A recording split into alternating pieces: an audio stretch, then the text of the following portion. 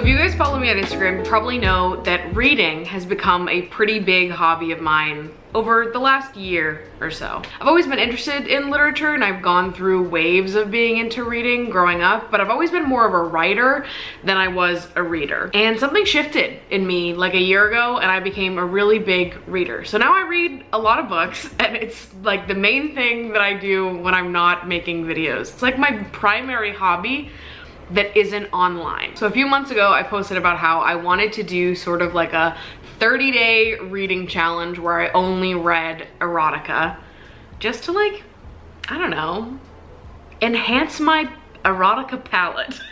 I've been reading so many romance novels, and don't get me wrong, I love a good romance, but I kind of wanted to find a book that was a little nastier. Because the romance novels are good, and I love them dearly, but they usually only have like 1 or 2 sex scenes in them, and they usually don't give me all that I need them to give.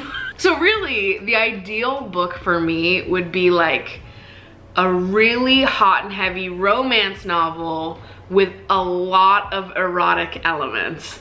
I have not found this book yet, but I thought that maybe this month I would dive into some of the erotica that's been recommended to me to see what I think, what I feel, and what types of erotica are my favorites. So I picked out 6 books. Some of these were recommendations that came to me via you guys on Instagram. Some were ranked highly on Goodreads when I was looking up erotica. Some are just classics that I found online that I thought would be good for this. So these are the 6 books that I picked. First up, I've got Emmanuelle by Emmanuelle Arson. I've got The Unrequited by Saffron A. Kent. I've got Little Birds by Anai Nin. I've got Written on the Body by Jeanette Winterson. I've got 7 Days in June by Tia Williams, which I'm not sure if this is erotica or if this is more of a romance novel, but we're gonna figure it out. Something that I discovered while I was looking for erotic books to read is that sometimes they categorize romance novels as erotica.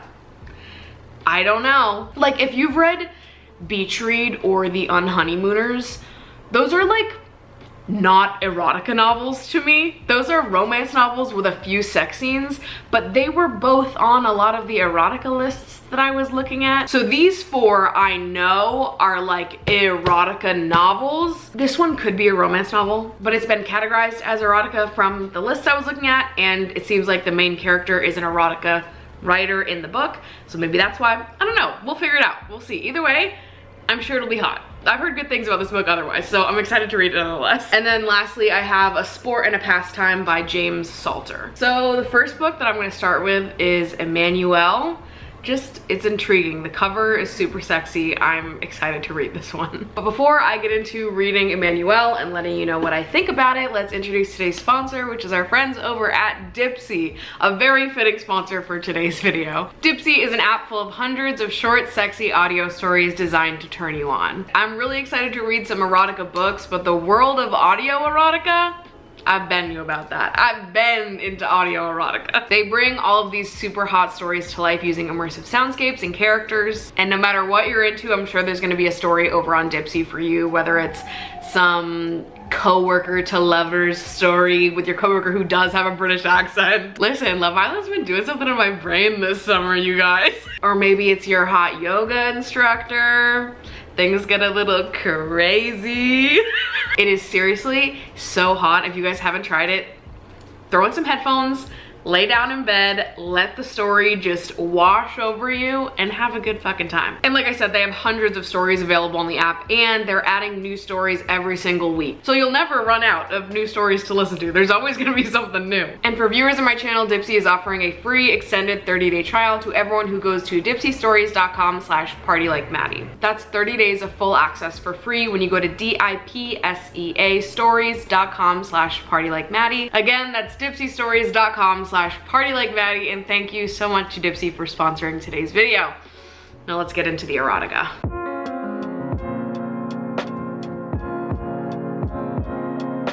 All right, first book I'm going to start Emmanuelle by Emmanuelle Arson. Let me read a little snippet on the back. Over half a century ago, Emmanuelle first thrilled readers with its rapturous story of sexual awakening and became a best-selling cult sensation that paved the way for contemporary erotica. Intoxicating and provocative, Emmanuelle follows one woman's journey from unconscious to conscious sexuality. On an overnight flight to Bangkok, Emmanuelle is seduced by a stranger. By the time the plane lands, her irrepressible and insatiable sensual appetite sends her on a voyage of carnal discovery. Sophisticated, sexy, and smart, Emmanuelle presents a revolutionary portrait of a liberated woman. I am so excited for this one. This seemed like a good first book to kick this little smut reading kick off with. It's only like 250 pages, I think, so it's not the longest book that I'm reading, but it's not the shortest one either, and it seems super fucking sexy and hot right off the jump, so that is just what I need right now. I'm a little bit more than halfway through at this point, and it's been a really easy read so far. I've been flying through it. Do have a few thoughts and reflections thus far.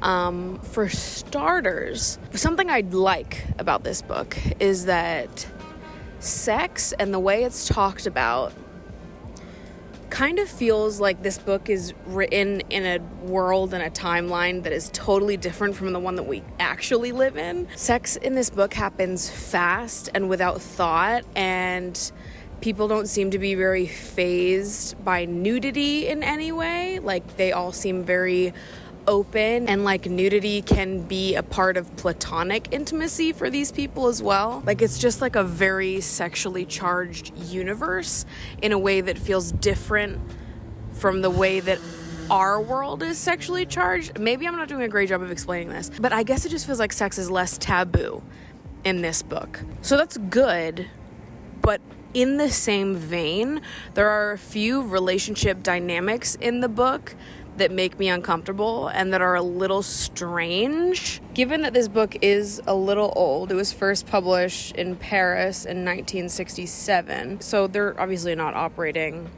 as writers with the same social context that we have now. But yeah, there's one dynamic in particular that they haven't had sex, but there's been like sexual energy between them, and it just feels very inappropriate because of it ages, which I don't like, but I will suspend my personal beliefs for the sake of reading this book. So overall, I am enjoying the book so far. I do think it's pretty hot. This is a bisexual book, which is amazing. She's very fluid with her sexuality, which is refreshing. And yeah, I'm enjoying it so far. Though I have read that the first half is supposed to fly by and it's really hot, really sexy, really fun, and then she meets a character named Mario in the second half and it kills the book, from some of the reviews that I read on Goodreads. Now, I just got to the part where Mario is introduced and I'm a little bit more than halfway done, so we'll see how things progress and how I keep feeling about the book, but I feel like this is going to be like a mid-tier read for me thus far. Finished Emmanuelle when I was at the pool today. I did drop it in the water a little bit. So last time we checked in about this book, I had said that I read online that once Emmanuelle gets introduced to Mario, the whole book kind of goes off the rails, and I would have to agree with that. It was fine, but the second half of the book is a lot of like philosophical conversation about stuff that kind of feels like a bunch of nothing. It's a whole bunch of like, I'm a dude and I'm gonna say stuff that feels smart but means little to nothing. That was the energy I got from the second half of this book. It was a little boring. It was a little like, I'm so smart and philosophical, but it wasn't, it was just kind of, it was just kind of boring. So the first half of the book, when it was more like, oh, we're fucking on a plane and flirting with a bunch of other hot topless women at the pool, that was good. I liked that. And then Mario came in and ruined it. Ruined all of it with his stupid fucking thoughts and reflections.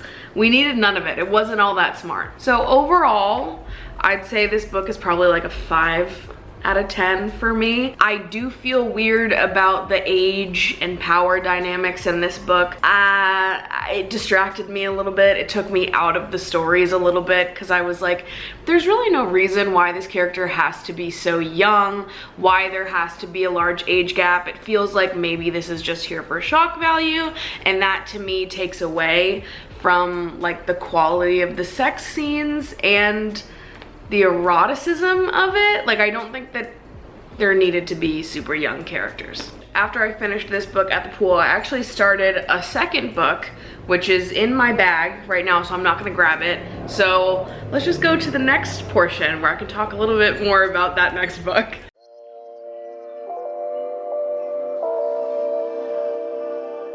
So Little Birds is like a collection of short erotica stories.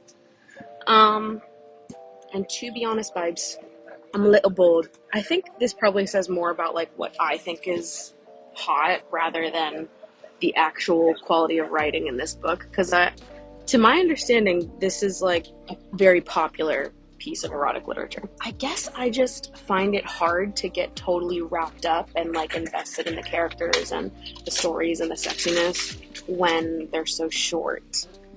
And maybe that makes sense, and that's true because that's also how I feel in like day-to-day life. Like, how many times have I said on this channel that I'm horny for love? We can't find love in 10 pages, babe. So I feel like that probably has something to do with it. I think that's something that I'm learning, even throughout Emmanuelle and then now this. Like, the sex scenes in Emmanuelle were good, but they happened so quickly, and oftentimes they happened with people where like that was really their first encounter. You know, like it escalated so quickly and then they were having sex and there was no like character to character build up, which I think that is really important to me in erotic literature. So I hope I didn't pick a ton of books where it's all like casual dynamics, because I really would love to read something that's like committed and horny, you know, that's like long-term hot instead of short-term hot. So I'm like halfway through. None of the shorts in here particularly impressed me or made me, I don't know, that interested so far, but maybe my opinion will change by the end, who knows? All right, finished my second book, Little Birds. Let's talk about it. I think I would rank this one a 3 out of 10. So it wasn't my favorite. I just feel like maybe the short erotica stories, they have to be very specific in order to hit for me. I feel like it's almost more difficult to write a good short erotic story than it is to write an erotic novel. I didn't find a lot of the stories to be that hot, to be honest. I would start reading and then I'd be like one page into this new story and be like, whoa, how did this happen? And it almost took me out of it because it was so, like, there just wasn't enough there. And each story didn't really feel complete at the end to me either. It almost felt like these were like individual pitches for stories that could be written rather than actual fully formed stories in of themselves. And there were a few stories where the dynamics, like there could have been something there if they were built upon, but nothing was. I don't know, maybe I just don't like these. Maybe that's the moral of the story. Maybe if I read really great erotic literature that played to my specific interests, then it would hit. Maybe that's the other part of it here, is a lot of the dynamics at play are not necessarily the dynamics that I find super hot. I'm giving it a 3 out of 10. And because I didn't really love this one, I want to next pick up one of the longer novels that I have in hopes that that'll give me a more in-depth, well-rounded plot line that'll super turn me on. So let's see.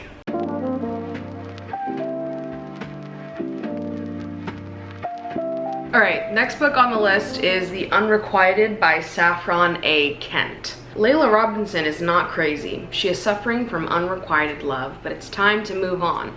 No more stalking and no more obsessive calling. What she needs is a distraction. The blue-eyed guy she keeps seeing around the campus could be a great one, only he is the new poetry professor. the married poetry professor.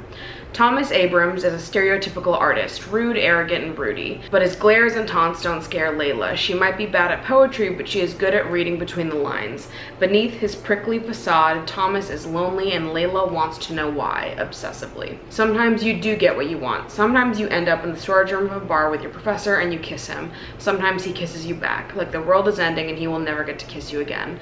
He kisses you until you forget the years of unrequited love. You forget all the rules and you dare to reach for something that is not yours. So I picked up this one because it had good reviews. A lot of people recommended this one to me, and it seems like a very typical professor-student romance story. I thought, this sounds pretty standard. I already have thoughts because I've read the first 2 chapters. 2 chapters in, I'll be honest, if I wasn't doing this for a video, I probably would have already abandoned this book because I don't think it's gonna be my cup of tea. The first 2 chapters is like 30 pages and they're pretty poorly written. To give you like an image of what we're talking about here, let me read my least favorite line in the whole book. In this scene, she is in a bookstore picking up her books before the start of this college semester, and she sees this guy who she also saw the night before smoking a cigarette and just being generally a mysterious asshole. My heart has forgotten its loneliness and is invested in this dark stranger now. I study him from top to bottom. A leather jacket hangs from his forearm. He's wearing a crisp white shirt and blue jeans, and oh my god, he's wearing a white shirt and blue jeans. He's dressed just like my favorite song, Blue Jeans by Lana Del Rey.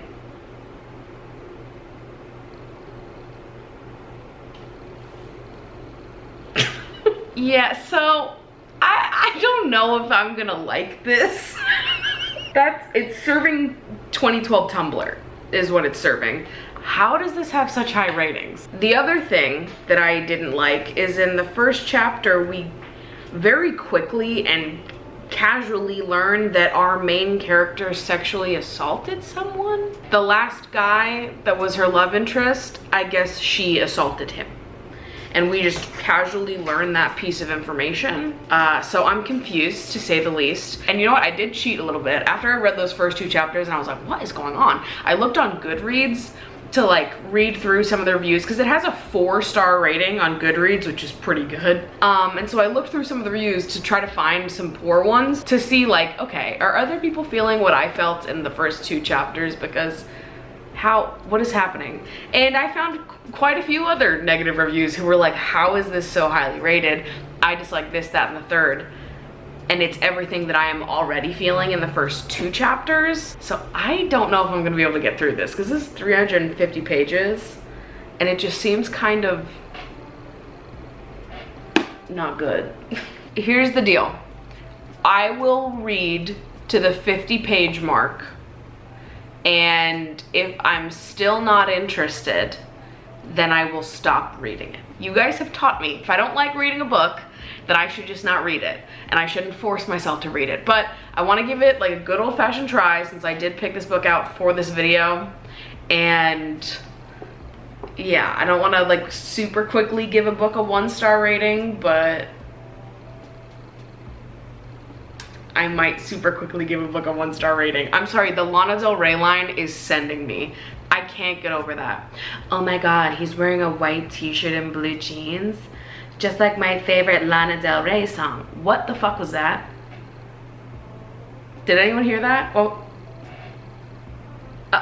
okay, James. I think I need to just abandon this one, I'll be honest. The thing is that I could push myself to keep reading it, but I already know I'm not gonna like it. I already know it's gonna end up being a 1 or 2-star rating simply because of the quality of the writing. Maybe if I was 15 years old in the year 2012, I would like this.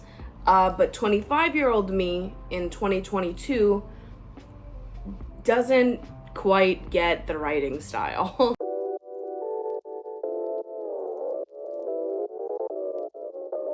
All right, next up we've got A Sport and a Pastime by James Salter. Set in France in the 1960s, A Sport and a Pastime is the intensely carnal story, part shocking reality, part feverish dream of an affair between a footloose Yale dropout and a French shop girl. Yet what is really at stake is not merely sex, but our need to tell stories about love and to judge our own amorous success and failures through the lens of other people's lives. I've read about half of this book so far. For starters, it's very obvious that this book was not written in our present timeline, and that's fine, but there's definitely some outdated language. That part aside, the writing is pretty good in this book. I do really like the prose. It's very poetic. However, that can at times make it a little difficult to follow. Obviously, I love poetry. Poetry is my favorite type of literature to read. But sometimes when people use too much of poetic devices in prose, I start to be like, oh, geez. Because it feels like I'm in a constant state of having to reread, which I'm fine doing in poetry because it feels like the whole appeal of poetry is to take a poem and read it a bunch of times, really sift it apart and, let it simmer and settle so you can figure out what it means to you and what maybe the writer intended you to feel or think in response to the writing. So I really like doing that with poetry, but sometimes when prose relies very heavily on those same poetic devices, it can feel exhausting to me because I'm having to go back and reread all the time, and it's it sort of takes you out of following the plot of the story because you're constantly trying to understand what the fuck the writer's talking about. Also, I don't know if it was totally portrayed in the little description of the book, but basically the book is written from the perspective of a third party looking in on his friend's relationship with this girl, and it's written from his perspective, basically all about assumptions on what he thinks their relationship is like. So it's definitely an interesting book to follow because a lot of the time you're having to piece together which timeline am I living in? Am I listening to the narrator talk about something that is actually happening? Is he with the couple right now? Did his friend tell him this? Or is he just sitting here imagining all of this? How much of this is rooted in reality and how much of it isn't? And so when I was getting through the first few chapters, I felt a little confused because, again, it's a lot of poetic writing, and what we're talking about goes back and forth between yes, this is actually happening, and no, this is assumptions that he's making, but it's written as if he's sitting next to them in the room. He's in the back seat overhearing this conversation, or he's in the bedroom watching them have sex.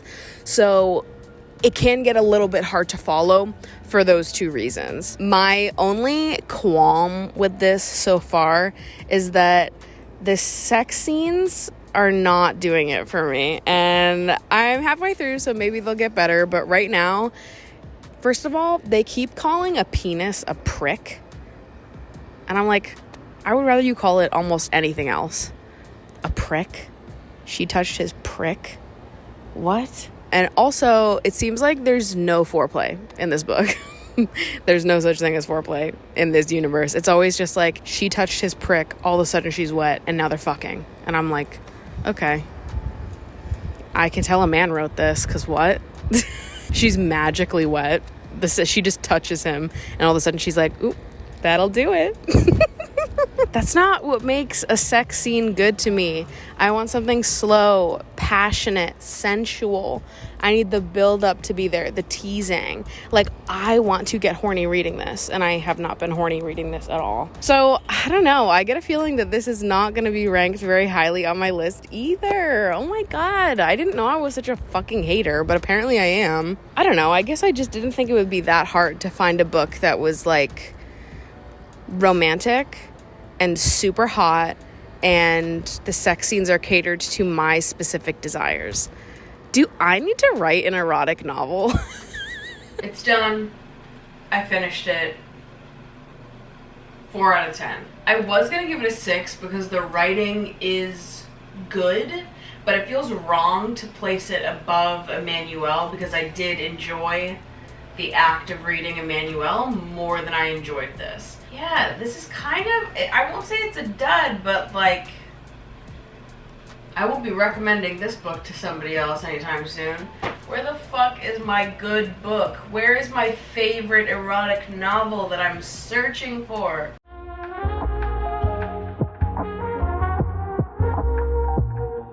All right, I have very high hopes about this next book. I have a feeling that I'm gonna love this one. This book is called 7 Days in June by Tia Williams. 7 days to fall in love, 15 years to forget, and 7 days to get it all back again. See, I already know. This is a storyline that I'm gonna like. Eva Mercy is a single mom and best-selling erotica writer who is feeling pressed from all sides. Shane Hall is a reclusive, award-winning novelist who, to everyone's surprise, shows up in New York. When Shane and Eva meet unexpectedly at a Black literary event, sparks fly. But what no one knows is that 15 years earlier, teenage Eva and Shane spent one crazy, torrid week madly in love and have been secretly writing to each other in books ever since. Over the next 7 days amidst a steamy Brooklyn summer, Eva and Shane reconnect, but Eva's wary of the man who broke her heart. Before Shane disappears again, she needs a few questions answered. With its keen observations of creative life in America today, as well as the joys and complications of being a mother and a daughter, 7 Days in June is a hilarious, romantic, and sexy as hell story of two writers discovering their second chance at love. Good morning, good morning. So I'm like halfway through this book right now. I flew through the first half. I just started it yesterday and I'm already halfway through. And it's a pretty, you know, it's a thick book. Would I call it smut? Would I call it erotica? No, but I love it. This is definitely more of a romance novel. I haven't gotten to any sex scenes yet. So for all I know, maybe the second half of this book is like raunchy as fuck, but this is like right up my alley. And it's like very sexy and building sexual tension in ways that like are very subtle. Just like this concept of having two successful writers who had a fling back when they were teenagers and were in like a totally different phase of life than they are now, and having them literally base their books that are super famous off each other without ever directly saying it, and then crossing paths again and being like, why are you writing about me? It's really fucking good. So I'm gonna spend the rest of my morning reading it, and I might just fucking finish it, to be honest. All right, 7 days in motherfucking June. I'm giving this one a 9 out of 10. I loved this book. Definitely would say it's more of a romance novel, but it was hot nonetheless. This book made me hornier than the last book I read. I'm horny for love, baby. At the end of the day, this was erotic for me. I still feel like I'm on the hunt for like my perfect erotic novel, because I want to find a book that is erotic and sexy and hot, constant sex, constant kinky sex, but they're also like monogamous and in love. And I'm even down for like an enemies to lovers romance erotica, right? Like, give me some drama, give me the storyline, but at the end of the day, I want hardcore kinky sex every 10 pages. But they're also in love. It just feels like maybe the romance and erotica novel world seems to believe that like super kinky erotic relationships are not monogamous loving relationships. They're always like casual, or, you know, like how often do you see a book where you're observing a committed monogamous couple have insane sex? Like, they just don't write it like that. If you are in a committed relationship, if you're wifed up in a book, like, you're not having the raunchiest sex imaginable. But I think this is a myth.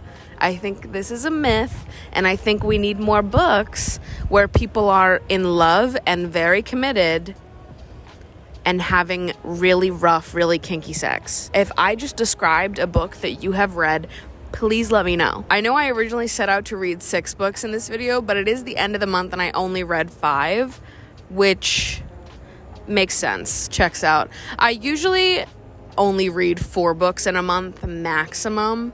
Hitting 5 is unusual for me. So hitting 6 was a real, it was a real ambitious goal of mine. So I didn't get to reading Written on the Body. So maybe I'll make a sequel to this and I'll read Written on the Body and some recommendations that hopefully you guys will give me in the comments if you have read a romantic erotic novel. Please let me know. So that's it for this video. Be sure to follow me on Instagram if you want to see more of my book updates, book reviews. I also have a Goodreads. I don't really post reviews on it I just keep track of books I want to read on there, but you can follow me on Goodreads if you want. Be sure to listen to my podcast if you haven't yet already. It's called Emotionally Online, and it goes live every single Wednesday anywhere you listen to podcasts, and there's also a video version on the Emotionally Online YouTube channel. I love you guys so much. Thank you so much for watching, and I will see you in my next video. Bye.